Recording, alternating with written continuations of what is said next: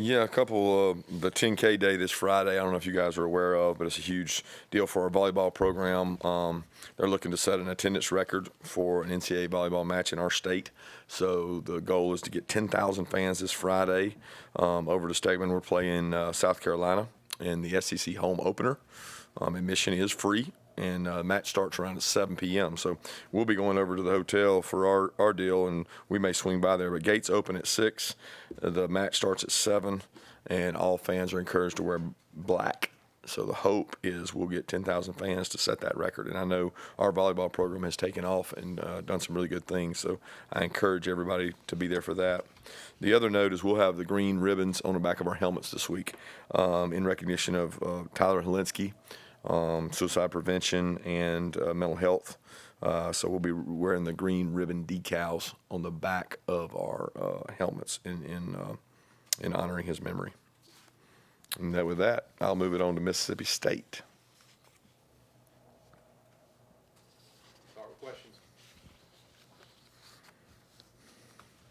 Kirby, noticed some of the kickoffs you have landing about the 1 or the 2. Are you kicking it short to cover, or would you prefer to kick it out the back of the end zone? No, I always prefer to kick it out of the back of the end zone. But, I mean, our kicker's done a good job of getting great hang time, and we've got to continue to improve on that. But he's doing the best job he can. Okay. Kirby, Mississippi State lost a veteran quarterback early in the year, been rolling with a younger guy. What have been your impressions of Van Buren in the time he's actually played? Yeah, I tell you, he got thrown into the fire quick. I mean, in the middle of an SEC game to have to go in and play, and then turn around the next week and go to Texas. I mean, that was two really tough games. He's a tremendous athlete. I think they've allowed him to do some things that he's really good at, and they're mixing the other quarterback in with quarterback run. So they both are capable runners, but they bring Chris in and do more stuff with him. And, you know, I got a lot of respect for Jeff Levy and his offense and what he's done and where he's been. The people he's worked for in his career are really good offensive coaches. So they're hard to defend because they space you out, they spread you out, they tempo you, they count your numbers in the box. I mean, they're almost always going to be right in terms of what they run. You got to beat the man in front of you to beat them. You got to outwork the guy to win two gaps a lot of times because it's hard with the way they play, and they got really good backs. Yeah, Kirby, I was going to ask what they did offensively. You just answered that question. I'm going to ask about some of the younger guys. I remember at the beginning of the year you said that you had to coach up the bottom of the roster in terms of some of the less experienced guys. Where are you at in that process, and who are some of those younger guys that you got a chance to see a little bit of last week?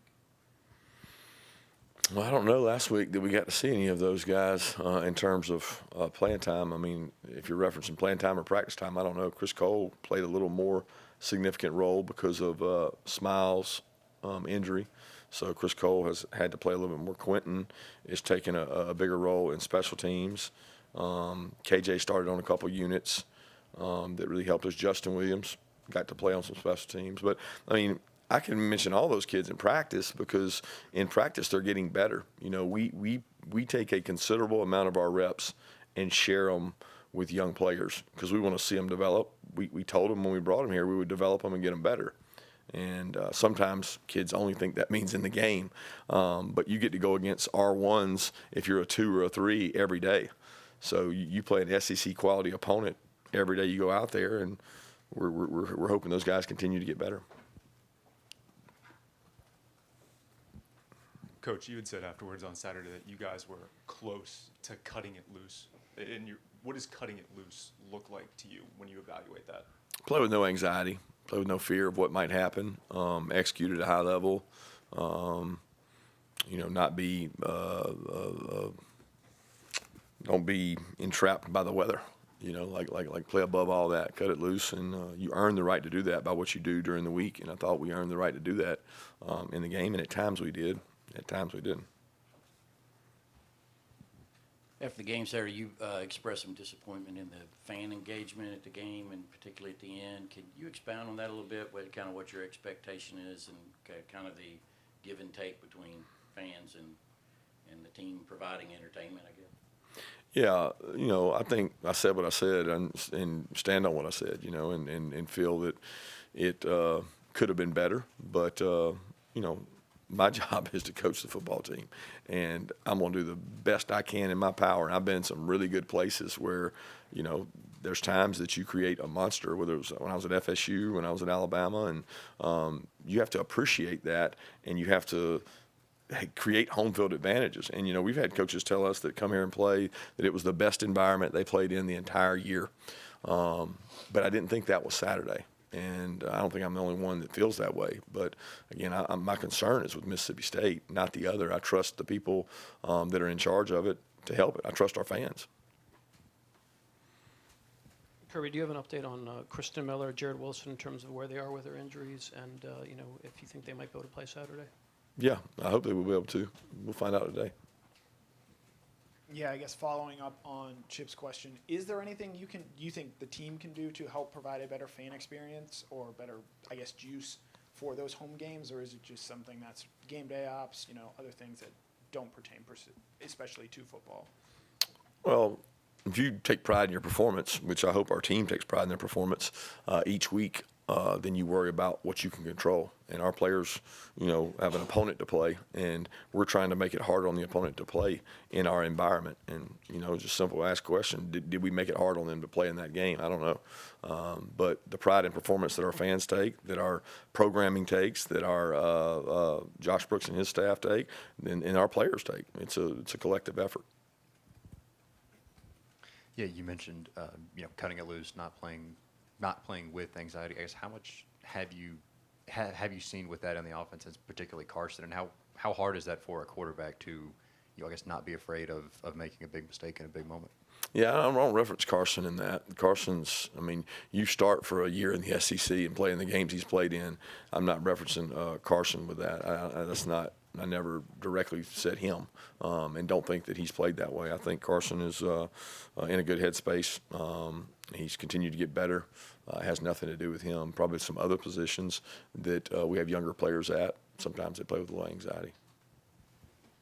You mentioned Smiles' injury. Saw he was on crutches and had a boot. What are the specifics for that injury? We hope to get him back soon.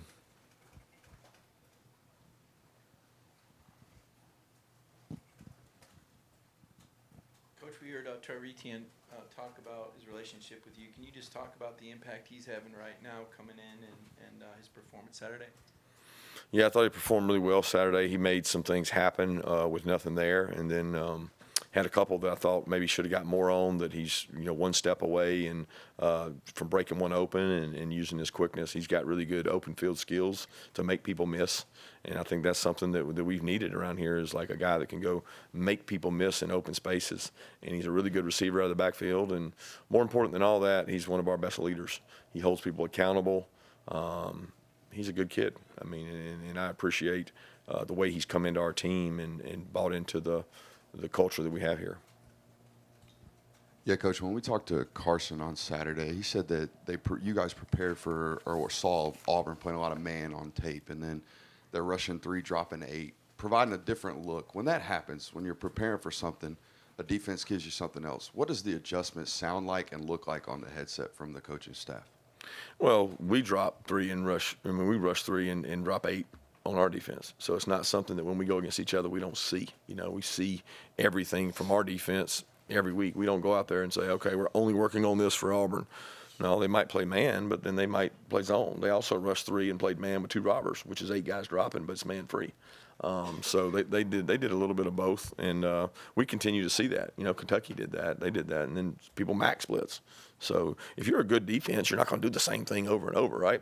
So you pitch to people, especially somebody like Carson. You want to give him different looks. Our answers are within the route tree. We call a play. There's this portion of the play is for this coverage. This portion of the play is for this coverage, and Carson usually knows where to go with that.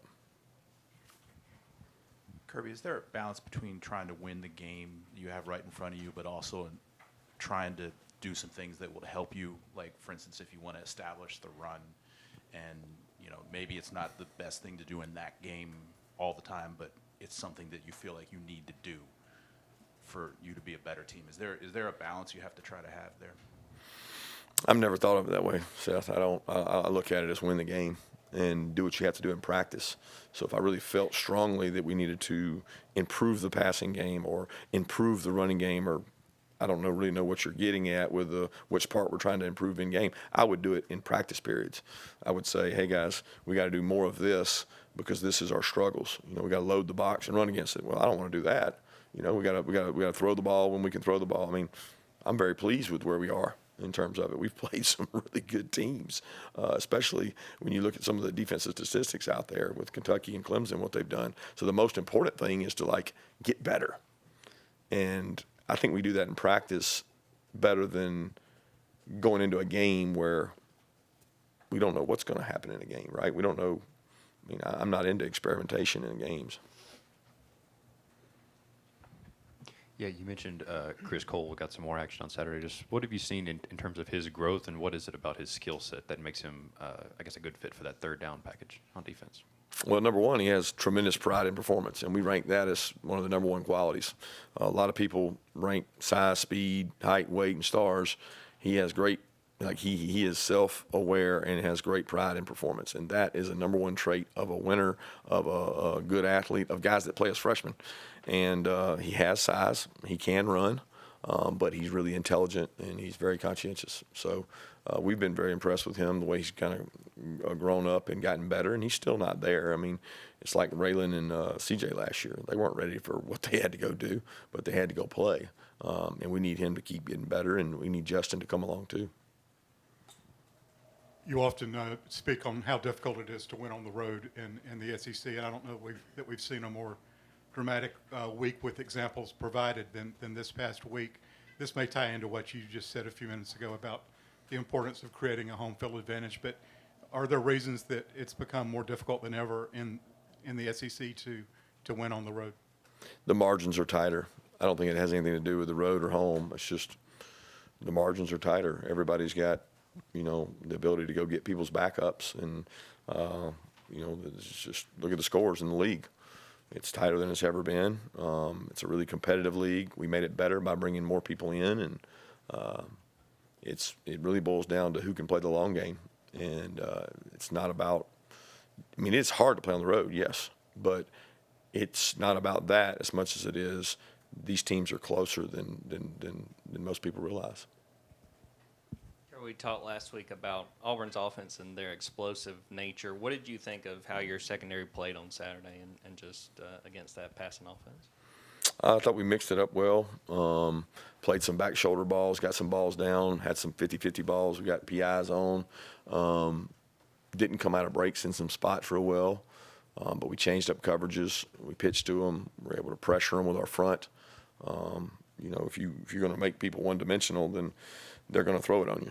And we didn't exactly make them one-dimensional from running it, so they had either-or downs a lot of times, and we got in some second longs and lost some of them. But I was pleased with the secondary because I think that Auburn's a good team. I think Peyton Thorne's a good quarterback. I think they have good skill players. Yeah, how has Railen Wilson developed as becoming a more complete inside linebacker, and what does he still have to continue to work on to become a more and better complete linebacker? Yeah, he's really intelligent. He works really hard. He's got great athleticism. I think he needs experience, and he's gaining that rapidly. You know, he's still just a sophomore, and it seems like he's had to play more than your typical sophomore, but he's a very intelligent kid and takes a lot of pride. Coach, over the years, you've used multiple running backs by committee for the group that you have now. What stands out most about them collectively, even though individually they do different things and bring different things to the table?